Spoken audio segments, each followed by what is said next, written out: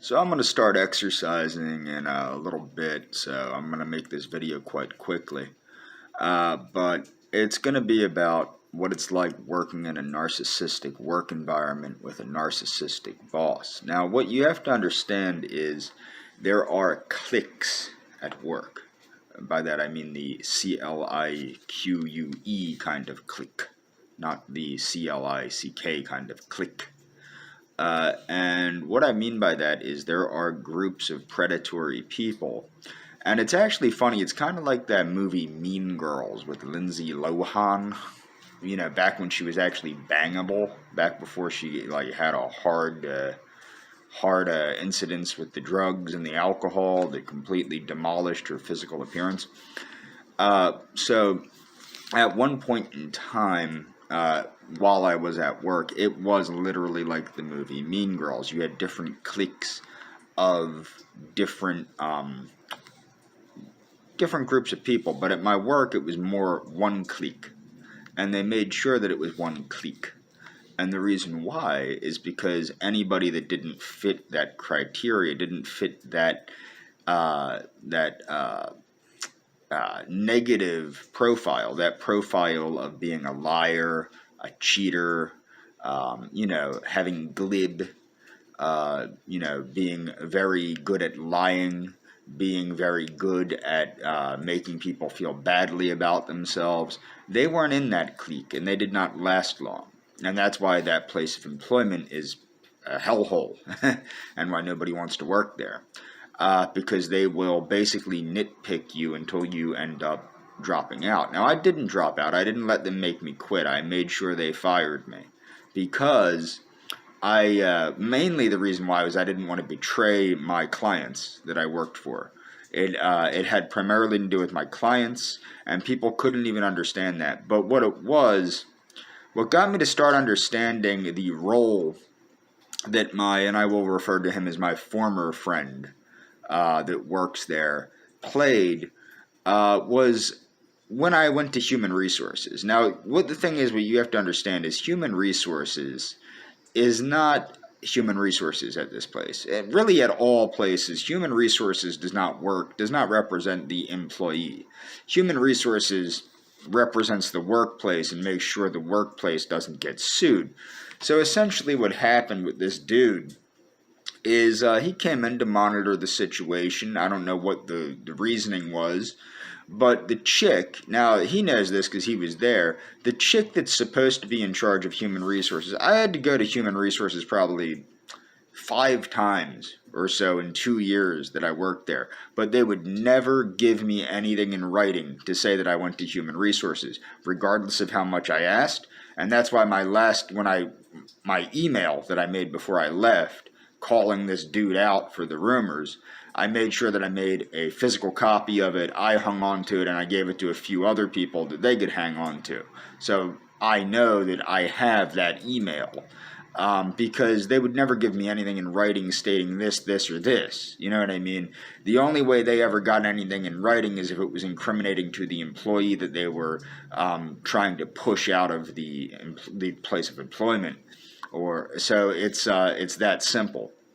But long story short, the reason I'm really making this video, I'm going to make a video like this every day, simply because the harassment on the comment section of my YouTube videos, they're becoming obviously more and more and more and more desperate, and more pathetic, and it's hilarious. Okay, there was a time they had me going with that chick from Argentina. They made me think, and that was when they had more people involved in this. I think probably a lot of the people that were involved with this campaign of harassment probably either got fired, they probably fell victim to the same thing that I did, where they no longer met the criteria to keep them on, or maybe they just couldn't morally do it anymore and got fired. And so there's a lot less of them now. I can tell because now when I shut up the one profile, a new profile starts up. But what I did notice is all of the profiles were made around in the January 20s, if you know what I mean, the 20-somethingth of January this year.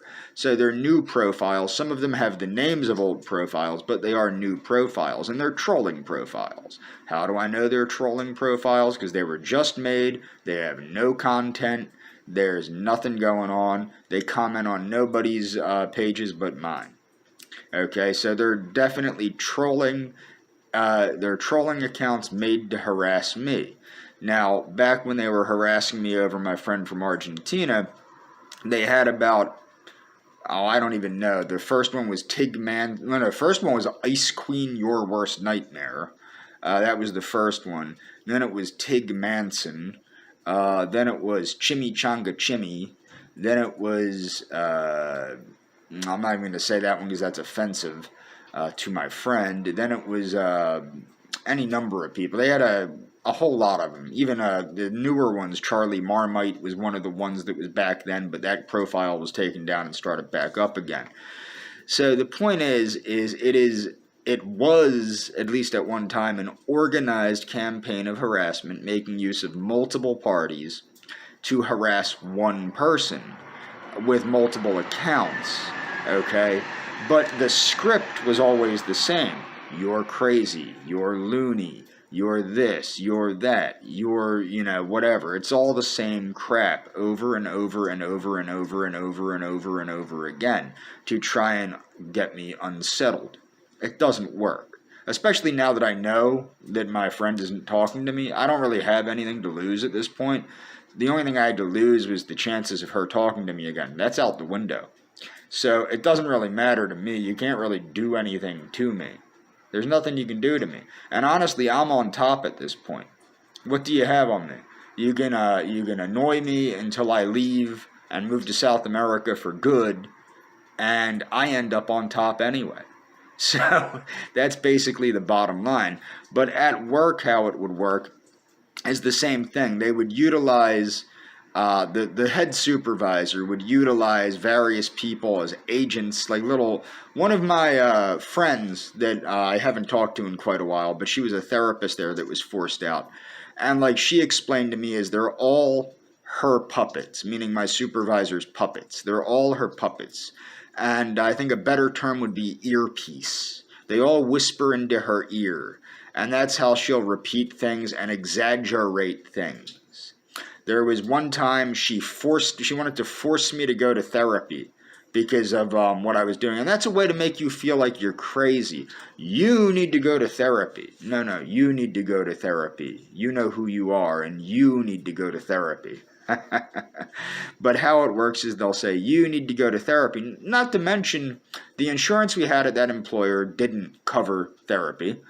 And over that, you get paid crap money, so you can't afford to go to therapy.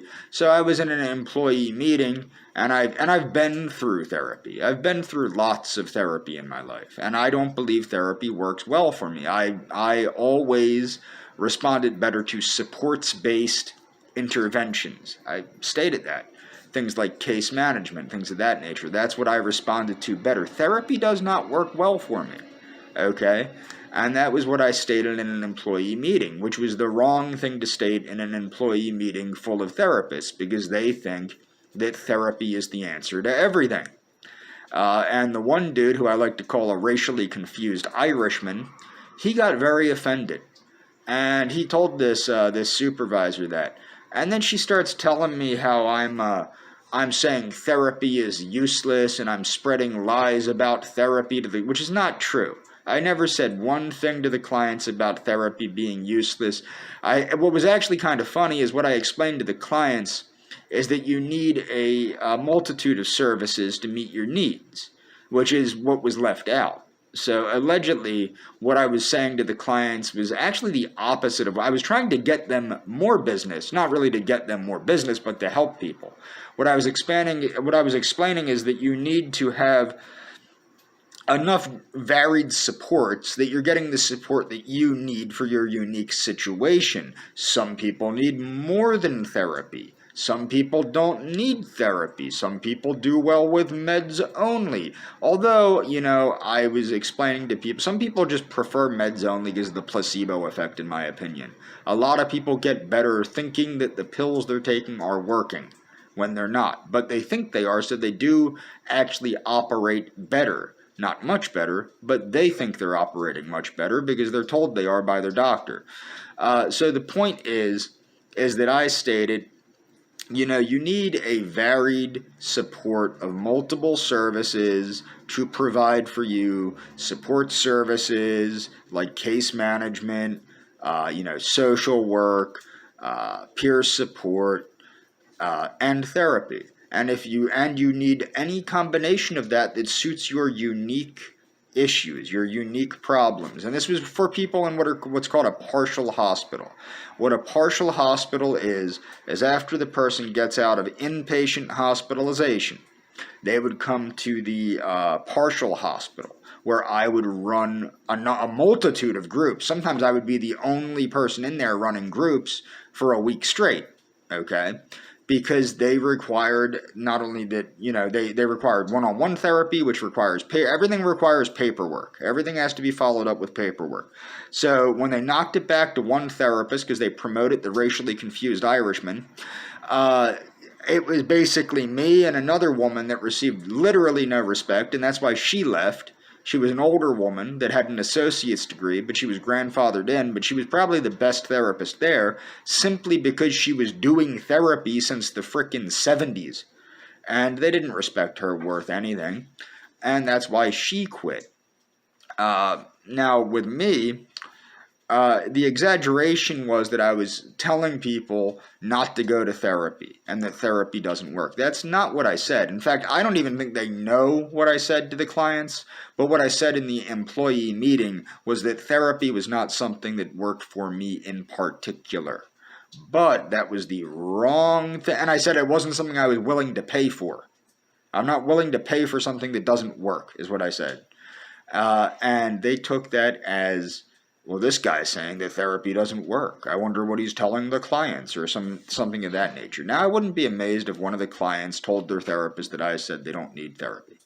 But that would be an exaggeration or a misinterpretation of what I said. But that's exactly what this supervisor was going after, to try and intimidate me. Didn't intimidate me.